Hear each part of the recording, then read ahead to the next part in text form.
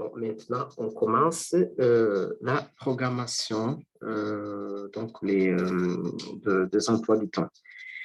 Comme je l'ai dit, donc je vais choisir, voilà, euh, et je choisis l'option. Donc, le type d'horaire d'emploi du temps à choisir. Si je ne le fais pas, je ne verrai pas de cours.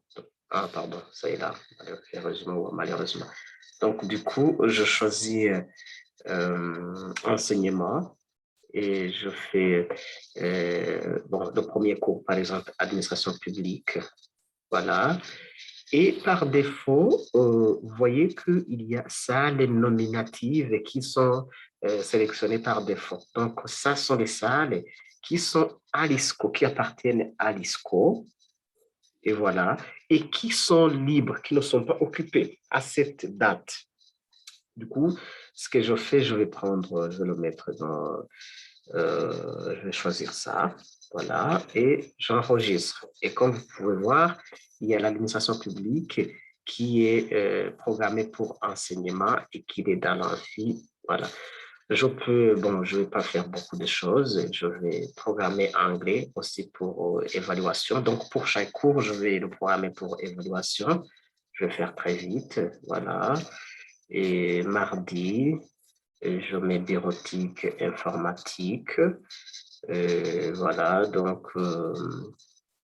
tout comme le bureautique informatique, je peux le mettre dans la salle partagée, qui est par exemple celui-ci. Et puis, ça, c'était bureautique informatique, chinois, bon, quelque chose comme ça. Et je mets, par exemple, supposons qu'on va l'étudier, donc le faire à Mutanga. Malheureusement, il n'y a pas de salles qui ont été créées pour le campus Mutanga. Mais supposons que le campus se trouve à Buhinyuza. Voilà, par exemple, à Buhinyuza, c'est là où les étudiants vont aller faire le chinois. Et OK, du coup, il n'y a pas une condition pour pouvoir faire la délibération. Il n'y a pas une condition que tous les cours aient été programmés pour enseignement. Mais la condition, c'est que pour pouvoir saisir les notes, nous devons avoir programmé chaque cours pour évaluation.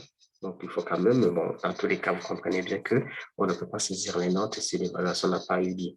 Et donc, je vais faire très vite. Donc, j'étais au niveau du chinois, je mets comptabilité. Bon, je stoppe un peu l'enregistrement pour le faire ça. Euh, euh, et voilà, je fais ça.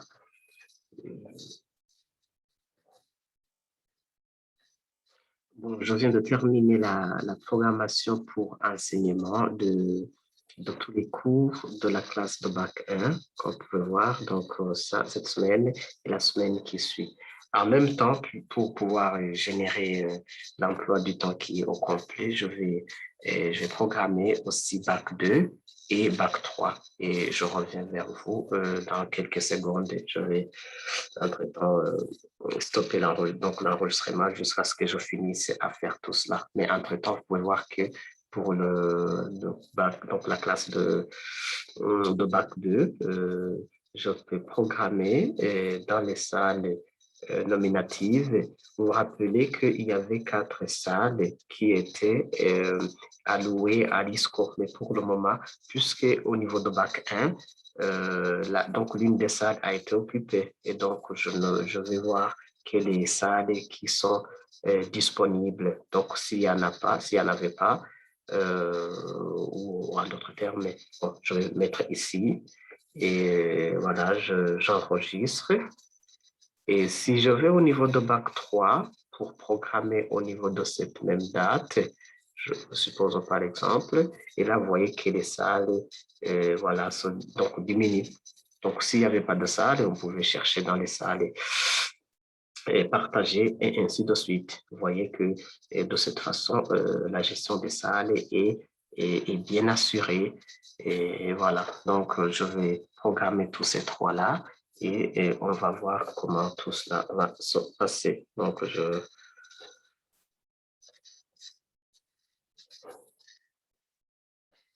Bon, maintenant, je viens de programmer des cours pour enseignement, que ce soit pour la classe de bac 1, la classe de bac 2, quelques créneaux sont là, mais aussi pour la classe de bac 3. Donc, on peut voir ici, donc je vais montrer, voilà, bac 1, enseignement, quelle date, voilà, la date du 8, et puis bac 2, voilà, pour enseignement, on peut voir ça aussi, mais aussi pour bac 3.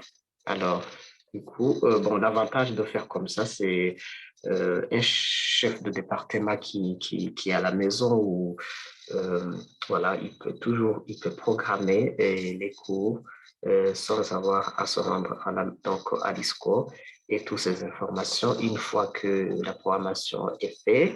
Et voilà qu'on peut très simplement générer l'emploi du temps. Donc, pour générer l'emploi du temps. Donc, ce qu'on vient de faire, c'était la mise en place de l'emploi du temps. Et maintenant, on va générer l'emploi du temps de cette semaine. Puisque c'est cette semaine où on a les programmations, donc la semaine de 8, on va choisir d'imprimer l'emploi du temps. Donc, je vais au niveau de gestion des horaires, je vais générer l'horaire et je dis l'horaire que je vais générer, c'est pour quel département. Je choisis l'assistant de direction, c'est là où je vais et c'est la semaine courante, la semaine du 10, donc la semaine de celle qui, voilà, et je clique sur générer. Et vous voyez que l'emploi du temps se confectionne d'une façon automatique. Vous voyez que donc la semaine du 8 novembre voilà, au 14 novembre, vous allez voir qu'au niveau de bac 1, lundi avant-midi, il y a l'administration publique, toujours dans l'amphi C, amphi E, amphi D, et vous allez trouver que les salles aussi sont, donc, voilà, sont gérées. Voilà, du coup, c'est là, vous pouvez voir que vous pouvez générer l'emploi du temps et l'afficher, voilà, très facilement, sans avoir à passer du temps à mettre en place les documents Word. Donc, l'avantage aussi, c'est que même dans 10 ans, vous pourrez venir et choisir l'année académique, probablement qu'on serait par exemple en 2025. On choisit 2021 et on va à l'ISCO. Donc, on dit la semaine, par exemple, du 17, qu'est-ce qui s'est passé à l'ISCO? On pourra toujours voir ces informations. Et voilà. Bon, ça concerne la planification des emplois de temps. Ce qui va suivre dans la suite, et comme je l'ai dit auparavant, euh, il y a d'une part la planification, mais d'autre part, il y a aussi l'exécution. Donc, du coup, au suivi des prestations, là, c'est normalement le rôle qui est joué par le délégué d'habitude. C'est là où il y a le classeur. Il va dire aujourd'hui, on a étudié de telle heure à telle heure, à telle heure, et ainsi de suite, et ainsi de suite. Pour le moment, il va avoir la possibilité de le faire, donc de valider les prestations et enregistrer les matières enseignées, quitte à ce que plus tard, on pourra générer comment puis-je dire, les fiches de notes, non, pardon, les fiches de matières enseignées. Et là, ça va se faire dans la partie des suivis des prestations et on aura donc dans la gestion des prestations, donc on y reviendra plus tard, mais je peux vous montrer déjà que il y a les cours. Donc, pour le cours, donc, on va valider les créneaux. Par exemple, pour celui-ci, il y a un créneau qui est déjà validé, mais l'autre ne l'est pas. Par exemple, pour valider, on va pouvoir faire comme ça et dire que il a été validé et donc le cours, ça a commencé à 8 heures, et il s'est terminé, par exemple, à 11 heures, à 11h35. Donc, validé. Et vous allez trouver qu'il ça a duré 3h35. Et puis, il y a l'autre cours, par exemple, anglais. On va trouver qu'il y a deux créneaux. Pilotique informatique que j'ai fait, c'est donc, j'ai créé plusieurs créneaux et pour la raison que je vais expliquer plus tard. Ça concernait plutôt la gestion, la planification des emplois du temps pour enseignement. Après, ça se fait pour les évaluations, ça se fait euh, de la même façon, sauf que, comme je vous l'ai dit au départ, et, on ne peut pas programmer deux fois un examen de la première session. Il faut d'abord, s'il est déjà programmé, il faut d'abord déprogrammer et reprogrammer et après. Donc, le reste, c'est la même chose. Donc, par exemple, je peux programmer un cours pour l'examen. Par exemple, je mets l'examen de quel cours? Donc, je le mets où? Je dis examen voilà, la semaine l'examen de bureautique informatique, par exemple. Je le mets ici, donc le 22 avant midi, enregistré. Vous allez voir, et à la différence, vous verrez qu'il y a examen de ceci. Voilà, donc enseignement ici, examen ici. Donc tout cela, voilà, et ça nous permet aussi d'avoir une vue sur la gestion des salles. Et du coup, voilà ce que l'on va faire dans la suite. Je vais valider les prestations et aussi on va pouvoir avancer parce qu'après les enseignements suivent les évaluations. Juste, bon, après la validation des prestations, on va pouvoir gérer les états d'avancement hebdomadaires et ainsi de suite. Donc, pour le moment, on peut déjà générer ça, donc l'état d'avancement hebdomadaire. À cette semaine, on est à quel état d'avancement? Bien sûr, on est à l'avancement zéro. Il n'y a aucune... voilà, ici, il y avait eu...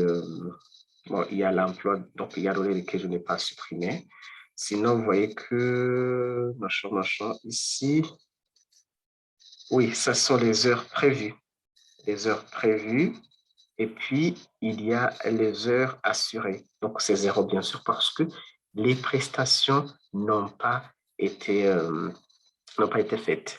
Ça, je devrais l'avoir effacé dans la base de données. Il est juste mis là-bas. C'est une programmation qui existait déjà. Donc, du coup, là, vous pourrez avoir ça. Et si vous voulez le voir pour tout le département. Donc, en fait, tout créneau qui n'est pas validé, il ne veut pas apparaître dans les heures assurées, mais il va apparaître, bien sûr, dans les heures prévues. Donc, ici, vous pouvez voir la situation.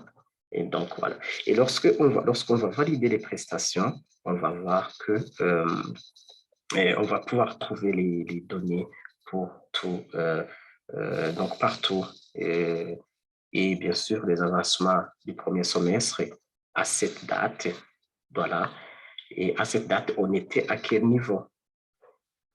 Et voilà, donc c'est bon donc pour cette partie. Rendez-vous dans la suite pour la validation et la suivi des prestations. Voilà, merci beaucoup.